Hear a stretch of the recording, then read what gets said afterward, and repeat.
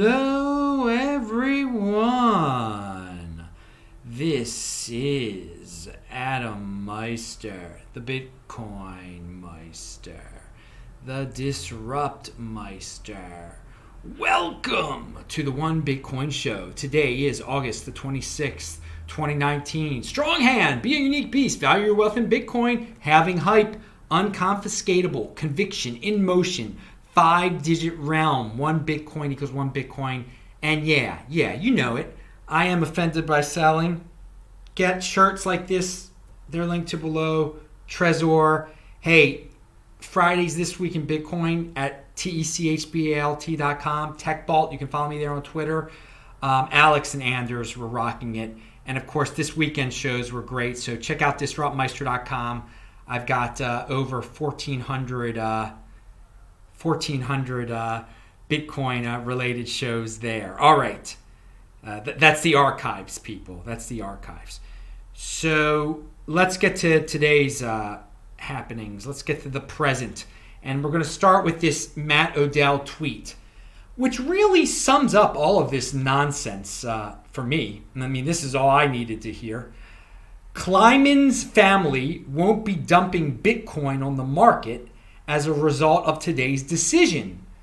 Faketoshi doesn't own any Bitcoin. Well, first of all, pound that like button if you already knew that Faketoshi doesn't own any Bitcoin. I mean,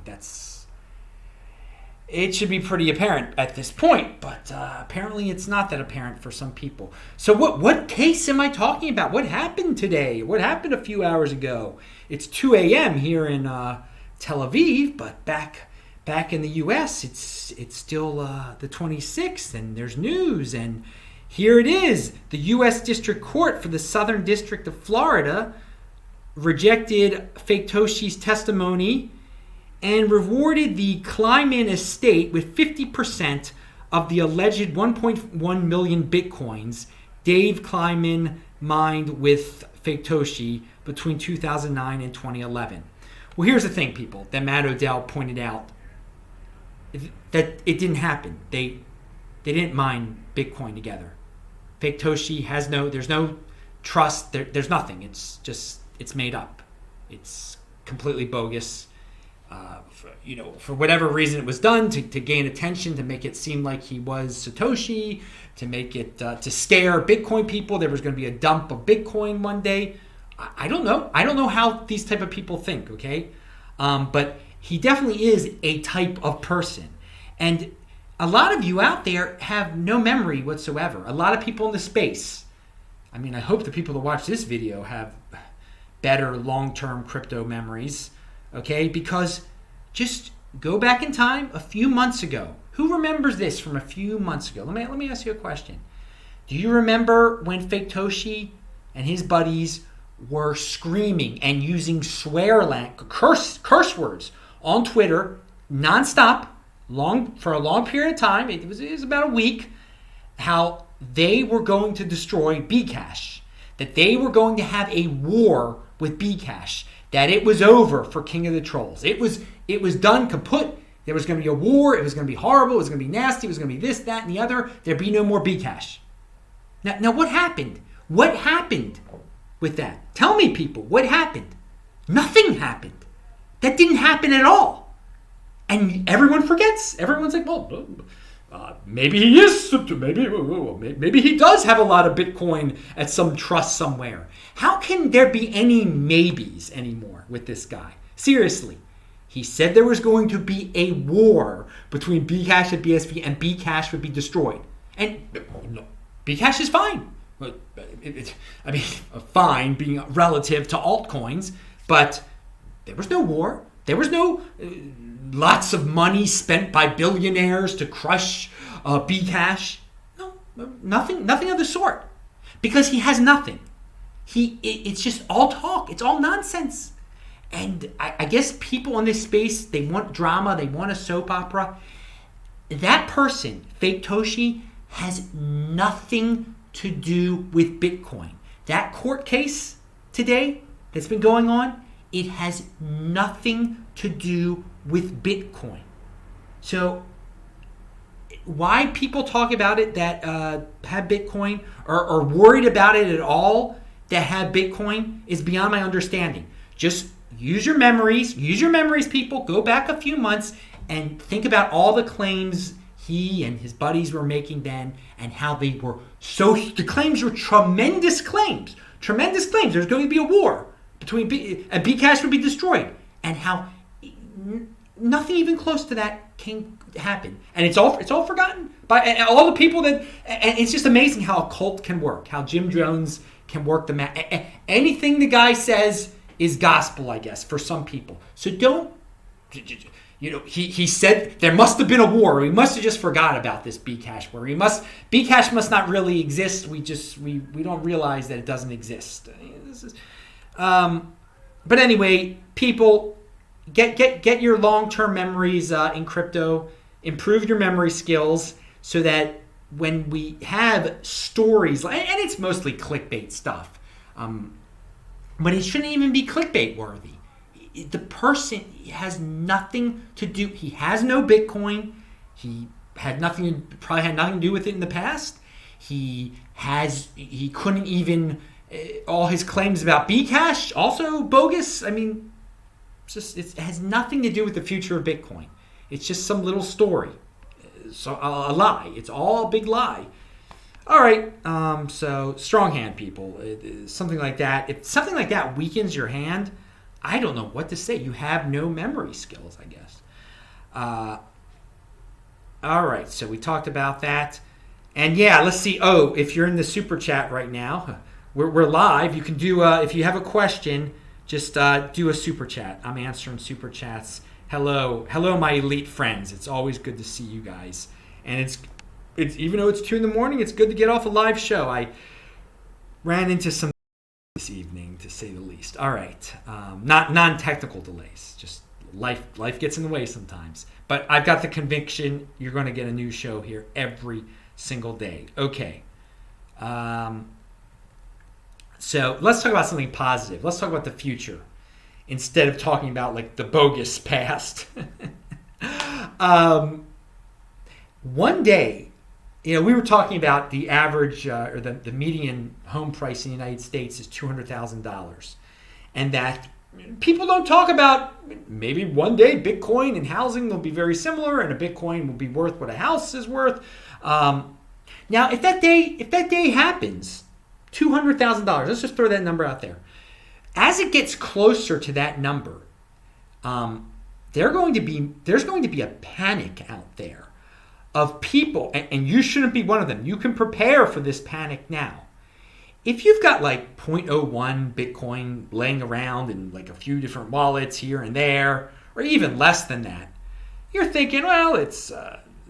When you dispersed it back in the day, it was like worth $20 or something. Well, I'll organize it all eventually. I left some on CoinDesk. I left stuff on blockchain.info. I left some somewhere else, here, there, and the other. I don't exactly remember the password to get into this. People have change, loose change everywhere. And it originally was just loose change. For some people, 0.01 Bitcoin, it was $6 at one point, or even less. It was $2. And but it's going to be a lot different one day. That 0.01 Bitcoin might be able to, $2,000 there, dude. And then there's some people that even misplace 0.1 Bitcoin. 20, you'll be able to buy a car. Okay, so there are going to be all sorts of stories in the future, and hopefully we'll just have big smiles on our faces, just laughing at these stories like, oh my God, how could a person not know where their 0.01 Bitcoin is or where their 0.05 Bitcoin is? But so prepare now, people. Don't have loose change now. It might be change now, but it's not going to be change in the future. You're going to be able to buy a car with it, or who knows what you're going to be able. But there will be a growing panic of people maybe going through garbage dumps, looking for all the hard drives, because it's going to affect more and more people. Back in the day, there were very few people that had 1,000 Bitcoin and then they threw it away in the garbage dump. I mean, we've heard about that. But zero point 0.01 is a lot more common. There were people over, since 2013 that have been sent 0.01 and maybe just didn't care about it, or for whatever reason misplaced 0.01 or 0.05, whatever, and it's going to end up being something that is something you don't want to lose. I mean, yeah, I respect the money. $2,000, that's a good amount of money. I mean, that's some people make that in a week or something like that. I don't know. All right, so that's some future stories right there. Right there, you're hearing it right now in 2019. There'll be people writing about that in 2023 or 2025, or who knows when they'll be writing about the people trying to find their 0.01. Now, I don't know when those news stories will start. I don't know what the dollar amount of Bitcoin will be. It depends for each person. Every person is going to have a different reaction when they see Bitcoin going higher and higher. There's going to be certain numbers that are going to trigger people like, I know I've got some amount of it somewhere. What's my Coinbase password? All right, pound that like button. So here is 123 No Scope just sent $10 in the super chat. Thanks a lot, dude. And he says, I knew about Bitcoin in 2013 in high school, but I didn't truly grasp it until I found your channel 2 years ago today. Oh, today? Wow, this is the anniversary, man? Thank you for helping me become a Bitcoin maximalist. I stack 0.01 a week for long-term 2032. Well, pound that like button, 123 No Scope. You are not going to lose track of your 0.01. You value that 0.01 Bitcoin, as you should value your wealth in Bitcoin. It's just some people in the past, they got 0.01 Bitcoin. They're like, it's $6. I value my wealth in dollars. I'm just going to forget about what I'm doing with this $6. And in the future, they're going to be panic-stricken when they can't find that 0.01 Bitcoin, to pay for their kid's birthday party or whatever. Or to get their wife's ring or whatever they need to do to fit in. But 123 No Scope, thank you for the support. Thank you, everyone, for the support. There's all sorts of ways you can support the show by following me on Twitter, TECHBALT, and retweeting. I got to do some more Twitter work tomorrow. John Stramamus, I always mess his name up. He says, greeting from Zuma Beach, Adam. Dude, you always are at the beach, man. You're having a fun time. So I've been in Tel Aviv since July 11th. I haven't been to the beach yet. I see people walking back from the beach all the time. Some of them, there's some good scenes. I mean, I value my wealth in Bitcoin, of course, but I cannot tell a lie. There's some, I can see why some people would value their wealth in ladies by some of the things you see worn coming from the Tel Aviv beach. Pound that. Anyway, so what do we have here? Now, United States, in 2018, this is linked to below. In 2018, there were approximately 138.45 million housing units in the United States. Very interesting. 138 million housing units in the United States. If we could just bump that up to like 170 million, and then you could compare that to 17 million Bitcoin. Just saying, 0.1 Bitcoin equals one house. Who knows? Pound that like button. One can dream. But get your statistics in order. All you people who diversify assets out there, I got to be in some real estate. There's 138 million units out there. Only 17 million units of Bitcoin. You decide. All right, so the following kind of looks silly now, what I'm about to read to you. This is the various prices of when various people first criticized Bitcoin, okay? But at the time of each of these criticisms, people took these guys very seriously because people pedestal these financial dudes so much. And for us, I'm bringing this up so we can all laugh and just see how silly they are and how no one should fear. No one should get panic-stricken over the next guy that says Bitcoin is a joke. Someone's going to say it. There could be someone tomorrow that says Bitcoin's $10,000. It's a total joke. I'm a billionaire and I know what I'm talking about. And people will panic.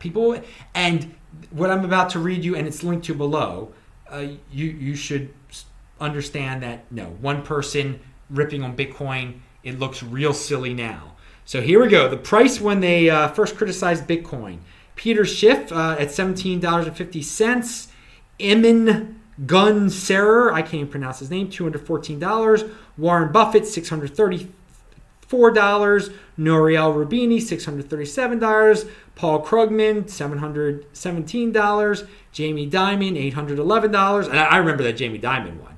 I mean, people were worried about that. Ben Bernanke, $5,577. At what point does a critic admit they're wrong? I don't care if they never admit they're wrong. I don't think any of those guys will ever admit they're wrong. So for me, it's not a worry at all. For me, I'm just pointing this out to show you that these guys are stubborn and that they're not right. Just because they're already rich doesn't mean they're going to be right. And you shouldn't you shouldn't pedestal them and let them weaken your hand. And Henry Law yesterday in the comments section said, the new surreal estate. I like that because I was comparing real estate to Bitcoin, and he called it surreal estate. And I think that is a cool way of looking at Bitcoin. It's surreal estate. Because it is surreal for a lot of people. They can't, it's up in the ether. They can't really understand what it is because they can't touch it. That's unfortunate. If you're going to like ignore Bitcoin because you can't touch it, welcome to the digital age, dude. You got to be able to conceptualize that, all right? All right, today when I was walking to shul, a guy like comes up to me. I thought he was going to like beg me for money or something. I didn't know what the guy was going to do. He's coming up to me fast. He looks at my shirt, then he looks at my face, and he says, "Hello, Bitcoin Meister," and he shakes my hand. So that was pretty awesome. If maybe you guys watching the show. And no, I didn't think you look like a bum or anything like that. It's just like sometimes people approach and you don't know what they're going to say. They're going to ask you. What happens in Tel Aviv a lot, people ask me questions in Hebrew and I don't know what they're asking me. So this guy spoke English, though, so that was cool. And dude, thank you for recognizing me out on the street. You're awesome. And by the way, gold price. The gold price has been going up because it's a safe haven, and people think it's a safe haven still. But Bitcoin hasn't been going up for that reason, I don't think. And I take that as a positive because wait until people wake up to what the real safe haven is. For all those people that are running the gold right now because it's their traditional safe haven, many of them eventually will realize that at times like this, when you think you need a safe haven, and by the way, I don't think people even need a safe haven. Just get into Bitcoin. Well, I guess, but I don't think that the world is falling apart whatsoever. I don't think the United States is about to go into a recession, but that's for another video. But eventually the people who do make these moves like this will understand. So we're not at the point yet where Bitcoin is a safe haven asset for those traditional investors. We're not there yet. And I think it is a positive because Bitcoin is worth plenty. And it just shows you how early on we are. So yeah, like gold, Bitcoin is still living gold's dream, baby. Even though gold is still considered a safe haven by many. Gold is considered a safe haven by more people than Bitcoin is. Way more people than Bitcoin is. And so that's going to change one day. Maybe even in the future, in 5 years, there might still be more people that consider gold a safe haven. Because the people with the golden holders are older people. They're not going to change their mind. We just went over a list of people that are never changing their mind about Bitcoin. So plenty of gold, but plenty will, though. It's going to take some time. But yeah, I'll say it right now. No, right now, more people consider gold a safe haven.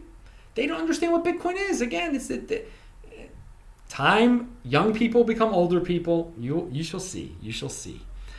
All right, Nick Carter. I'm gonna end with his tweet, and then I'm gonna go to sleep. Actually, I'm gonna take a walk. Because I gotta take a walk every day. Every night I take a walk. I run most days. So Nick Carter, Bitcoin's realized cap finally hit $100 billion. Now, what that is, it's a better measurement of the total value of Bitcoin than market capitalization because it takes into account the price. There's 17 million Bitcoin out there. It's not 17 million times the current price of Bitcoin. It is every Bitcoin's value the last time it moved. So now we've gotten to a point where, because some Bitcoin is never going to move. There is some Bitcoin that's never going to move. And some people, because of that, try to make false claims about who they are.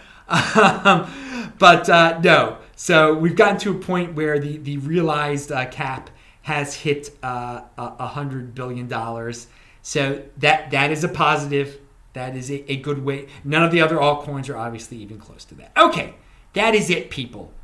I'm Adam Meister, the Bitcoin Meister, Disrupt Meister. And check out Nick's tweet below. And he, if you haven't heard, I've talked about realized capitalization quite a few times on the show before. So he explains it more there. But I'm Adam Meister, Bitcoin Meister, Disrupt Meister. Remember to subscribe to this channel, like this video, share this video, check out the links below. Pound that like button.